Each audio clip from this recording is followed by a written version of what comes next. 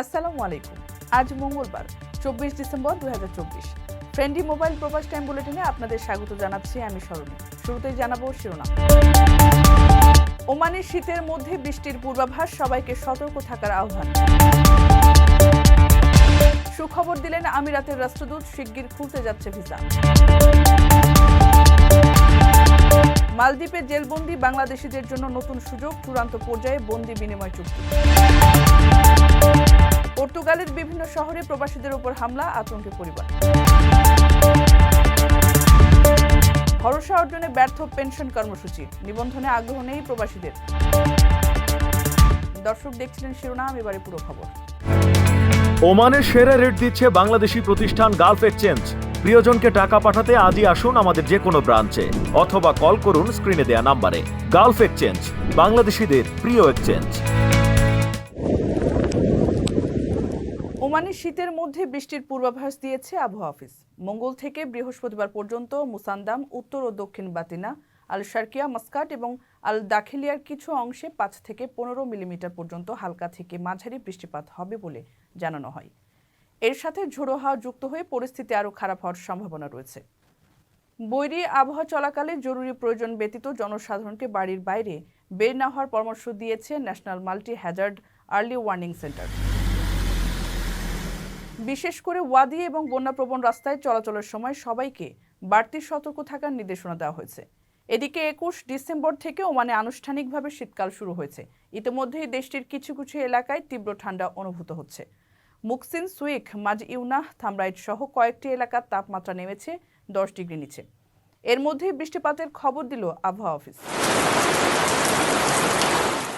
কারো কাছে স্বপ্ন পূরণ, কারো আনন্দের উপলক্ষ, আবার কারো জীবন পাল্টে দেওয়ার মুহূর্ত, কখনো জীবন বাঁচাতে সর্বোচ্চ গতিতে উড়ে চলা, কারো আবেগের শেষ মুহূর্ত, আপনজনের শেষ বিদায়ে সামিল হওয়া।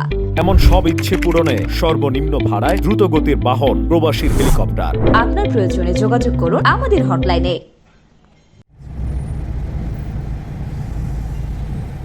সংযুক্ত আরব আমিরাতের ভিসা বন্ধের বিষয়ে বাংলাদেশে নিযুক্ত সংযুক্ত আরব আমিরাতের রাষ্ট্রদূত আবদুল্লাহ আলী আবদুল্লাহ হাসিফ আল হামুদি বলেছেন, কোনো রাজনৈতিক ইস্যুতে ভিসা বন্ধ হয়নি। আগামী জানুয়ারি থেকে ফেব্রুয়ারির মাঝামাঝি সময়ে বাংলাদেশিদের জন্য আমিরাতের ভিসা জটিলতা দূর হবে। সোমবার রাতে দুবাইয়ে বাংলাদেশ কমিউনিটির উদ্যোগে রাষ্ট্রদূত ও সাংবাদিক মুশফিকুল ফজল আনসারিকে দেওয়া এক সংবর্ধনা অনুষ্ঠানে তিনি এই কথা বলেন। এই সময় তিনি ভিসা প্রত্যাশীদের ধৈর্য ধরার আহ্বান জানান। ইউএই রাষ্ট্রদূত আল হামুদি বলেন, বাংলাদেশ সহ অসংখ্য দেশের জন্য আমিরাতের ভিসা বর্তমানে বন্ধ রয়েছে। কয়েক বছর পূর্বে যেখানে আমিরাতে বাংলাদেশের সংখ্যা মাত্র 7 থেকে 8 লাখের মধ্যে ছিল, সেখানে বর্তমানে বাংলাদেশের সংখ্যা 12 লাখ ছাড়িয়ে গেছে, যেটা অন্যান্য দেশের তুলনায় সর্বোচ্চ। এ সময় তিনি বলেন, বাংলাদেশ এখন তার প্রাণের দেশ। চাকরির মেয়াদ শেষ হলেও বাংলাদেশকে তিনি সেকেন্ড হোম হিসেবে বেছে নেবেন। অনুষ্ঠানে সংবর্ধিত প্রধান অতিথি হিসেবে রাষ্ট্রদূত মুশফিকুল ফজল আনসারি বলেন, জুলাই বিপ্লবে কিছু প্রবাসী নিজের ভাইয়ের মৃত্যু, সন্তানের মৃত্যু ও গণহত্যা সহ্য করতে না পেরে নিজের ক্ষতি হবে জেনেও আমিরাতে বিক্ষোভ করেছেন। তাদের আত্মত্যাগকে কিভাবে শ্রদ্ধা জানাবো তা আমার জানা নেই, তবে মনে রাখতে হবে যে দেশে আমরা অবস্থান করি সে দেশের আইন মেনে চলতে হবে। তিনি বলেন, তারা আজ কর্মসংস্থান হারিয়ে সংকটে রয়েছে। আশা করি তাদের সেই সংকট নিরসনে সরকার ব্যবস্থা গ্রহণ করবে। বিদেশ থেকে প্রিয়জনকে উপহার পাঠান প্রবাসী শপের মাধ্যমে। যোগাযোগ করুন স্ক্রিনে দেওয়া নম্বরে।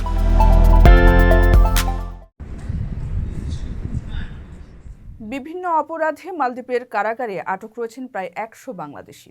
এসব বন্দীদের দেশে ফিরিয়ে নিতে বাংলাদেশ ও মালদ্বীপের মধ্যে বন্দি বিনিময় চুক্তি প্রায় চূড়ান্ত পর্যায়ে বলে জানিয়েছেন দেশটিতে নিযুক্ত বাংলাদেশ হাইকমিশনার।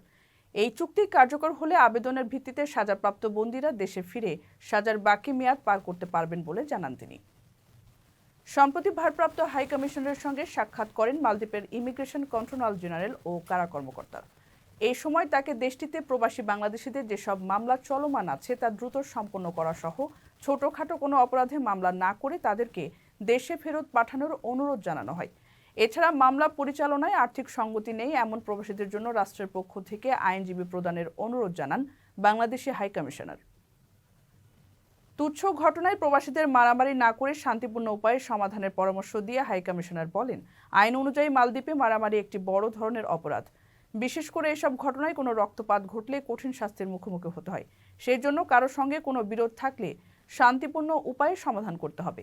এছাড়া বিমানবন্দরে অপরিচিত কারো কাছ থেকে কোনো প্যাকেট বা অন্য কিছু নেওয়ার ক্ষেত্রে সতর্ক থাকতে হবে, কারণ মাদকের মামলায় যারা আটক হয়েছেন তাদের বেশ কয়েকজন এরকম ঘটনার ভুক্তভোগী। প্রবাসীদের বিনিয়োগের শতভাগ নির্ভরযোগ্য প্রতিষ্ঠান প্রবাসীর সিটি লিমিটেড।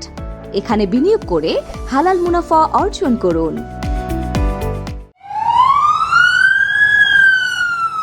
ইউরোপের বিভিন্ন দেশে হামলার শিকার হচ্ছেন প্রবাসীরা।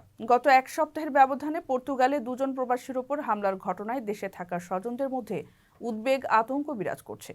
পর্তুগালে সহজ শর্তে নাগরিকত্ব পাওয়ার কারণে সিলেটের বিয়ানীবাজারের বিপুল সংখ্যক প্রবাসী সে দেশে অবস্থান করছেন। হামলার শিকার 2 প্রবাসীও একই এলাকার। প্রথমে পর্তুগালের গিমারেজ শহরে হামলার শিকার হন মোহাম্মদ জায়েদুল ইসলাম নামে এক যুবক। তিনি বিয়ানীবাজার পৌর এলাকার মোহাম্মদ আজিজুর রহমানের ছেলে।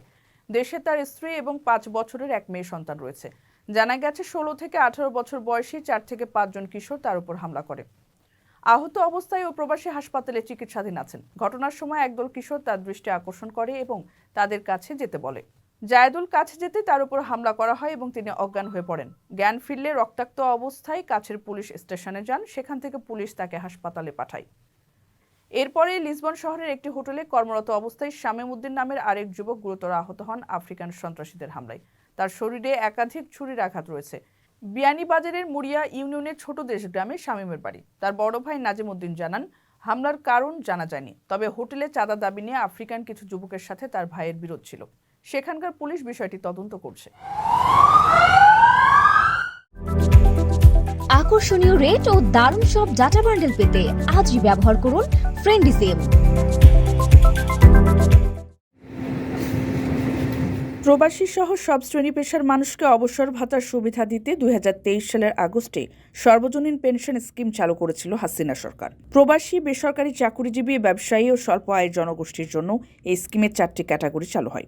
তবে বছরের বেশি সময় পেরিয়ে গেলেও প্রবাসীদের অনেকে এখনও এই স্কিমের সুবিধা অসুবিধা জানেন না। তথ্য বলছে, চলতি বছরের 15 অক্টোবর পর্যন্ত স্কিমের জন্য মোট নিবন্ধনের পরিমাণ 4 লাখেরও কম।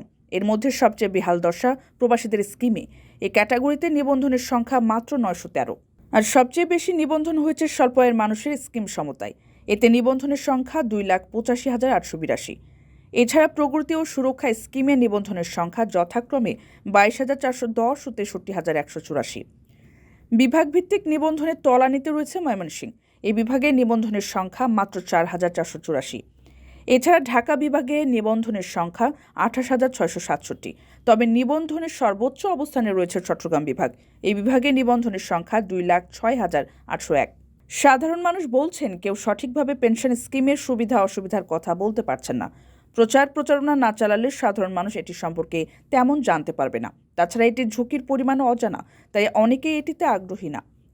তবে জনসাধারণের আস্থার ঘাটতি প্রসঙ্গে কর্তৃপক্ষের আশ্বাস, জমা করা টাকার গ্যারান্টি দেবে খোদ সরকার। জাতীয় পেনশন কর্তৃপক্ষের সদস্য মোহাম্মদ গোলাম মোস্তফা বলেন, ঝুঁকি কম বেশি লাভ এমন প্রকল্পে এই স্কিমের অর্থ বিনিয়োগ করা হবে। এই স্কিমের অর্থের গ্যারান্টি দিচ্ছে সরকার, তাই এখানে অনিশ্চয়তার সুযোগ নেই। এরপরেও মানুষের মাঝে এই স্কিম নিয়ে সর্বাত্মক সচেতনতা বাড়ানো প্রয়োজন বলে মনে করেন সংশ্লিষ্টরা। দর্শক, দেখছিলেন ফ্রেন্ডলি মোবাইল প্রবাস টাইম বুলেটিন। শেষ করার আগে শিরোনামগুলো জানিয়ে দিচ্ছি আরও একবার। ওমানের শীতের মধ্যে বৃষ্টির পূর্বাভাস, সবাইকে সতর্ক থাকার আহ্বান। সুখবর দিলেন আমিরাতের রাষ্ট্রদূত, শিগগির খুলতে যাচ্ছে ভিসা। মালদ্বীপে জেলবন্দি বাংলাদেশিদের জন্য নতুন সুযোগ, চূড়ান্ত পর্যায়ে বন্দি বিনিময় চুক্তি। পর্তুগালের বিভিন্ন শহরে প্রবাসীদের উপর হামলা, আতঙ্কে পরিবার। ভরসা অর্জনে ব্যর্থ পেনশন কর্মসূচি, নিবন্ধনে আগ্রহ নেই প্রবাসীদের। এই ছিল ফ্রেন্ডলি মোবাইল প্রবাস টাইম বুলেটিনের আজকের আয়োজনে। প্রবাসের সর্বশেষ সংবাদ পেতে ভিজিট করুন www.probastime.net। সাবস্ক্রাইব করুন আমাদের ইউটিউব চ্যানেল এবং চোখ রাখুন ফেসবুক পেজে। পরবর্তী বুলেটিন দেখার আমন্ত্রণ জানিয়ে আজকের মতো বিদায় নিচ্ছি আমি সরণী। সে পর্যন্ত সবাই ভালো থাকবেন এবং নিরাপদে থাকবেন। আল্লাহ হাফিজ।